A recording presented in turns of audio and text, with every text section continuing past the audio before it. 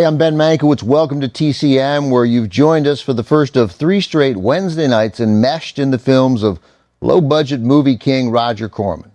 Roger, who died in May at the age of 98, was among the defining producer-directors of his time. He wasn't Martin Scorsese, Steven Spielberg, or Francis Ford Coppola, though Coppola, like so many other top-tier filmmakers, got his start working for Roger. But Roger's impact on movies over the last 70 years cannot be overstated. We're also pleased to be bringing you interviews from 2016 with Roger himself. He was a guest on TCM as he reflected on the legacy of American International Pictures. In a moment, we'll have Roger and me discussing our next film, one he directed in 1963 for AIP, with Ray Milland leading the cast, X, the man with the X-ray eyes. But first, a little context on why Roger Corman matters so much when considering the full history of American movies. Roger Corman earned the nickname the King of the Bees because he could make an entertaining and profitable film for a staggeringly low price. Sometimes he could make 2 for that price. And he made so many of them. His page on the website IMDb lists more than 50 director credits for Roger and 491 credits as a producer. More than mere numbers, Roger is also the godfather of what's known as the Corman School of Filmmaking, the list of producers, directors, and actors who learned at the hand of Roger is too long to detail now, but it includes not only Coppola, but Jonathan Demme, Joe Dante, James Cameron, Ron Howard, Peter Bogdanovich, even Jack Nicholson. Martin Scorsese, already a rising young director, even made a movie for Corman, Boxcar Bertha from 1972, which we'll show in a couple of weeks as part of our tribute to Roger.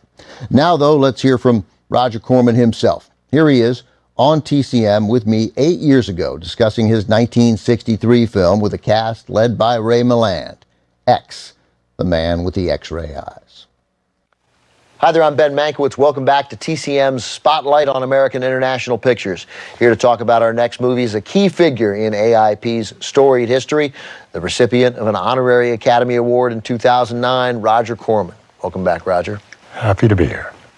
Up next in our lineup from 1963, directed by Roger, Ray Milland, and believe it or not, Don Rickles, starring X, the man with the X-ray eyes. So we talked a little bit earlier tonight about a 1962 film you made, The Intruder, which was a deviation for you, a serious film about racial integration in the schools in the South. With this, the next year, X, the man with the X-ray eyes, you were back to the Roger Corman brand. Back in the saddle once more. Right, back in the saddle once more. What's the history behind X, the man with the X-ray eyes? The history is simply, I thought of the idea of a man with X-ray eyes who could see through things, and I thought it would be an interesting psychological study, and at the same time I could play around with the special effects available at that time. So I tried to come up with different ideas. Generally, I will write the first treatment myself and then bring in the screenwriter. And I couldn't think of a subject matter.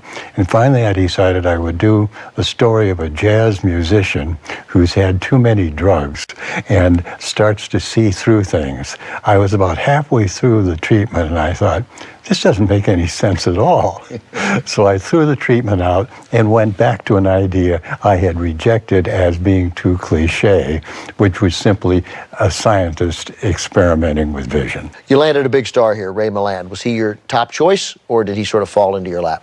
No, he was my top choice because I had done so many pictures with Vincent, who could have easily played this role. Yes. I felt I wanted to vary a little bit. Ray had been a major star, an Academy Award winner, a very handsome man, but an underrated actor, even though he had won an Academy Award for I think, The Lost Weekend. For The Lost Weekend, yeah. And I just thought he was such a good actor that I wanted to work with him.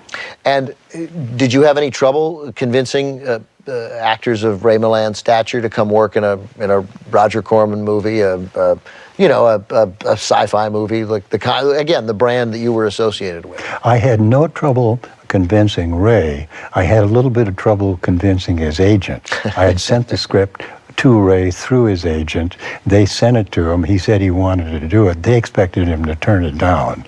And when he said yes, I then had to convince the agent, not Ray. So you get Ray Milland to be the star. I mentioned it there in the introduction. I think many people will be surprised to see Don Rickles in this movie.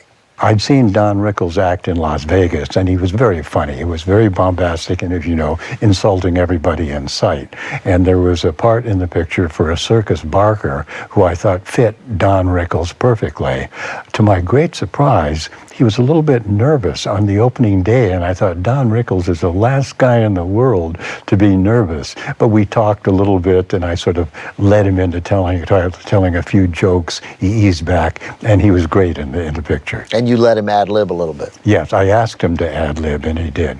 Do you remember the budget for Man with the X-Ray Eyes? It was close to $300,000. We were spending a little bit more money. It was maybe $280 to something like that.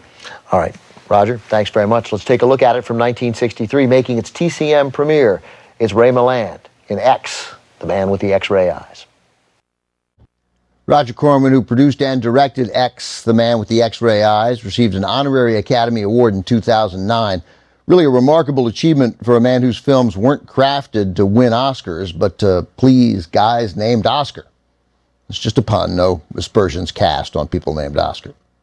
Roger Corman was known as the King of the Bees, as in B Pictures, but in the conversation you're about to see, Roger explains why that was actually a misnomer. I am back with the director of X, the Man with the X-Ray Eyes, Roger Corman. Roger, this movie feels like it had a bigger budget than many of your earlier films. Is that true? It had a slightly bigger budget, yes. Do you remember what you spent here? It was a little bit under $300,000, maybe $280, something like that. That's a pretty big budget for a Roger Corman film. For me, it was. You know, if you look through newspaper headlines from the 60s and 70s, there's a lot of them refer to Roger Corman, the King of the Bees. But that's not an entirely fair description that you made solely B pictures. Well, I've been called King of the Bees. There's nothing you can do about what people are going to call you. I could be called worse. You could, yes. But actually, I was on some talk show once, and somebody asked me about being King of the Bees, and my answer was, I've never made a B picture in my life, which is true, because people don't know what a B picture is. In the 1930s, during the Depression, the major studios would send out 2 pictures for the price of 1. They would have, at the beginning of the year, their A list of pictures, which would be the top half of the double bill. They would have their B list of pictures, which would be the lower half of the double bill, which would be a less expensive picture. By the time television came around, times were better. They didn't want to send out 2 pictures instead of 1, and television had, at that time, sort of usurped the position of B pictures. So technically, there were no longer any B pictures when I started making films. So I'm interested in the names that you were called, and I saw you in the documentary about you in an interview with Tom Snyder. He asked you about whether you resented, and this must have been 30 years ago at least, maybe longer, whether you resented being called Schlockmeister. That one I resent. I will say that one I don't like. How come? I think it's a crummy name. But it's interesting. I get why you would have resented it then, but now you get directors like Quentin Tarantino and Eli Roth who fully embrace that moniker. It's almost like you gave credibility to it. I hadn't thought of it that way, but if I did, I might have given the first step, and I know Quentin and Eli well, and they've taken the genre and really have elevated it, Quentin in particular.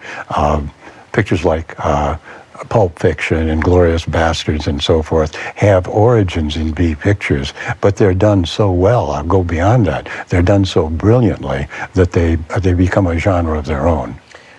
You know, I had the good fortune of being able to talk to you for some time on the last TCM cruise.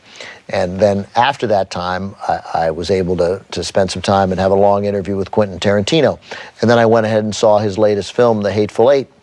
And for me, it was impossible not to watch The Hateful Eight and think time and time again, and this is only complimentary, that's Roger Corman. That's Roger Corman there in The Hateful Eight. That must be very satisfying for you. It is, because I think Quentin is really one of the best filmmakers around. I think he does brilliant work.